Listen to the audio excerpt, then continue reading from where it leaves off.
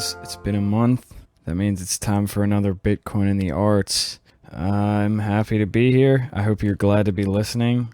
We've got some fun stuff to talk about, some stuff that I'm really interested in, and I hope you are too. We're going to be talking about crowdfunding and Bitcoin today. I'm going to start off by giving you guys the three articles that I'm kind of basing this off of. I'm going to give all three of them to you at the beginning because as I was looking up stuff for this episode, I found the first article and I was reading it, and I kind of ended up going down the rabbit trail and finding other articles that are all kind of related. So I'm just going to give you three at the beginning, and you can open them all and follow along if you want or something, or look them all up and read them for yourself.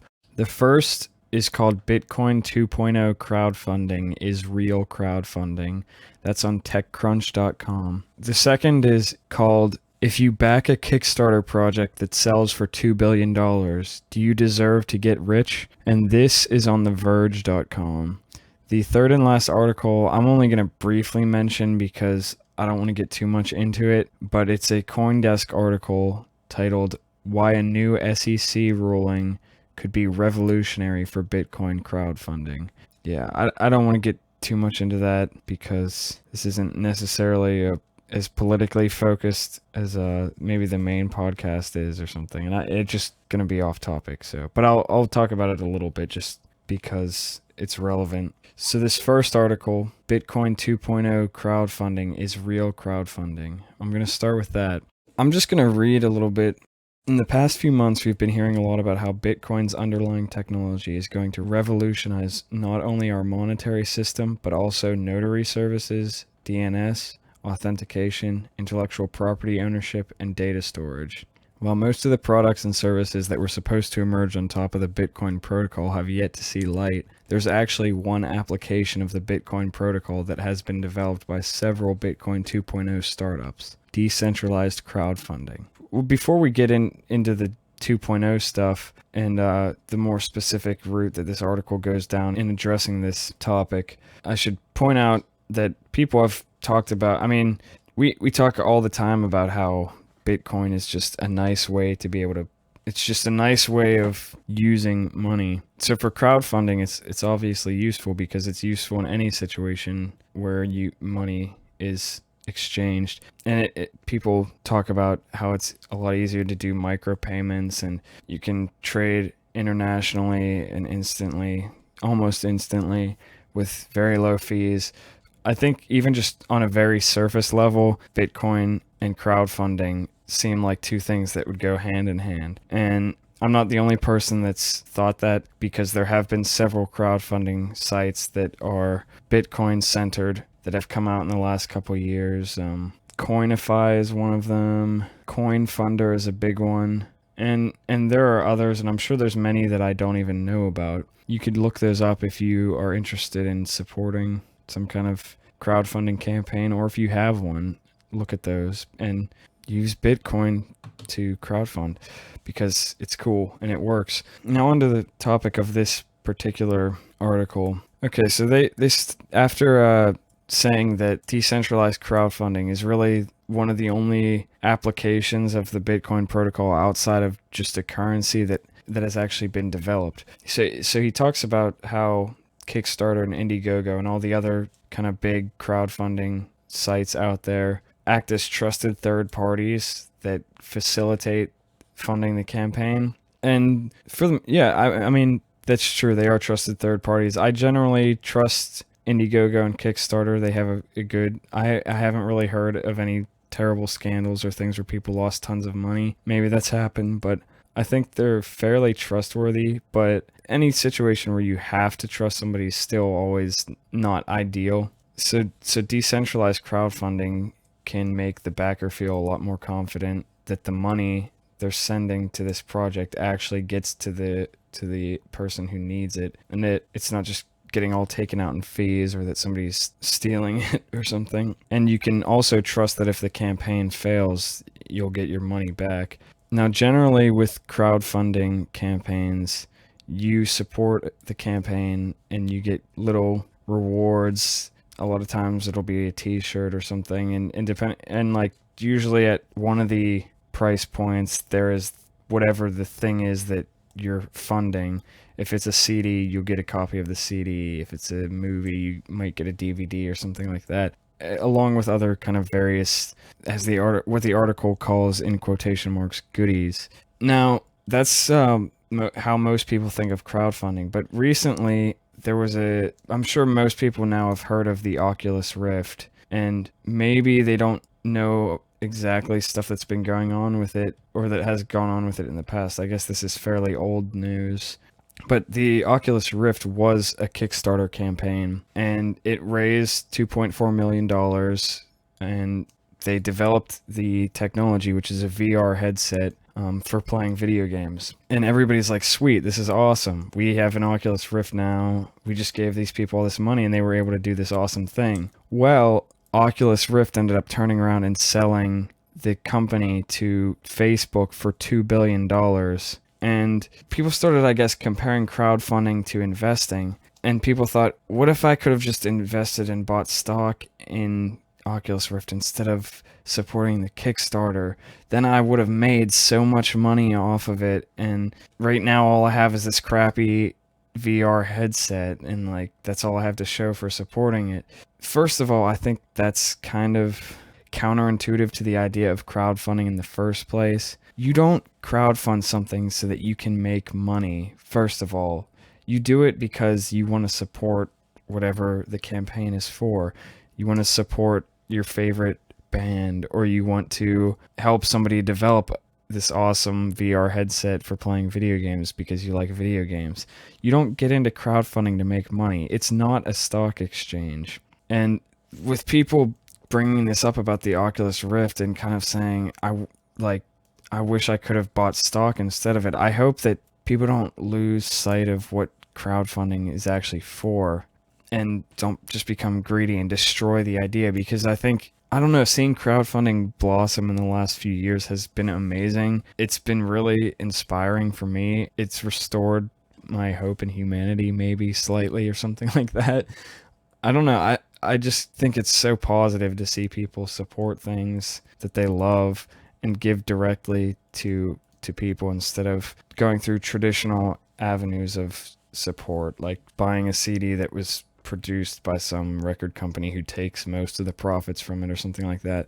With that said, though, there are apparently crowdfunding platforms that are trying to come up with some kind of equity systems. And this brings us back to the original Bitcoin article.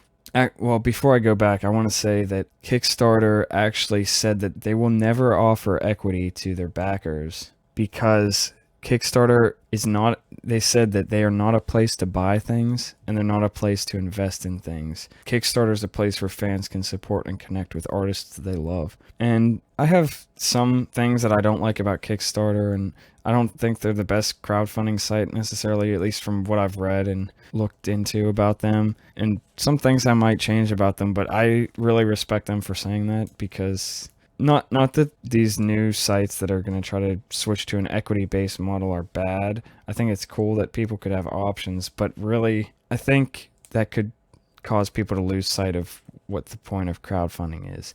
And so I am happy to see Kickstarter say something like that. Now back to the Bitcoin article.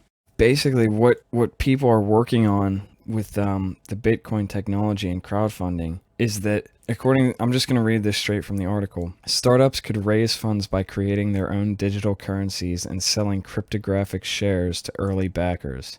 In more intelligible words, this means that investors in a crowdfunding campaign get tokens that represent shares of the startup they support and can actually benefit from the token value appreciation. You would never see an Oculus Rift situation with such crowdfunding platforms.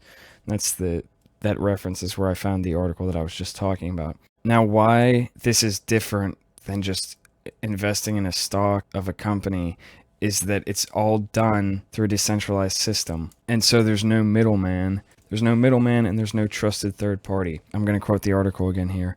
This is why the Bitcoin community refers to Bitcoin-powered crowdfunding as real crowdfunding. And then it says Swarm, Coinify, and Lighthouse are three decentralized crowdfunding platforms that have generated quite a buzz in the Bitcoin community and actually received funding for their development in various forms. Now, there's a stipulation in the article that right now, most Bitcoin-powered crowdfunding platforms don't focus on consumer projects and are only going to appeal to Bitcoin technology-savvy investors. Even if not mainstream, targeted projects by these platforms still deserve attention.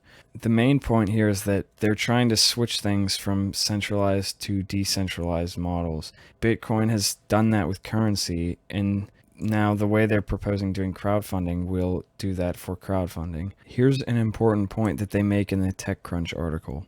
Crowdfunding powered by blockchain technology holds two promises. Short term, it's an appropriate way for the decentralized Bitcoin ecosystem, whether it being Bitcoin as a currency or all the different applications based on its protocols, to fund its core development and actually addresses a few scalability issues. In the long run, it will give the opportunity to individuals to take part in actual rounds of early stage investment and to actually benefit from valuation appreciation. So then they bring up this issue that there's a real question about the legality of offering tokens of equity to individuals for things like this. And this is where I guess I'll mention that Coinbase article that I said I would just briefly talk about. And this is from March 26th, 2015. So just a couple months ago. It says the U.S. Securities and Exchange Commission, the SEC, adopted regulations permitting crowdfunding for business startups. Basically, there are a lot of rules and stuff, but it is possible for businesses to offer securities under U.S. law for crowdfunding type situations. The TechCrunch article brings up the question of how legal all this stuff will be. And an article from a few months later on CoinDesk said that the SEC decision could be revolutionary for Bitcoin crowdfunding. So I guess right now there's really almost no reason for people to not start trying this stuff out. Now, I want to mention at the end of the article they talk about Overstock, and I would like to, I don't know, give a shout out because I think me, Daniel, and Tim, we all love Overstock. We saw Patrick Byrne speak at the Bitcoin in the Beltway conference that we went to last summer, and he was a really intelligent guy, really cool, and did a lot of cool stuff as a businessman, but also did cool things for Bitcoin. They were one of the biggest, or one of the earliest large merchants to start accepting Bitcoin. The article says the above-mentioned regulatory concerns don't seem to scare at least one huge retail player, Overstock. And they apparently announced that they're working on building a new kind of stock market. And I'm assuming that means they're using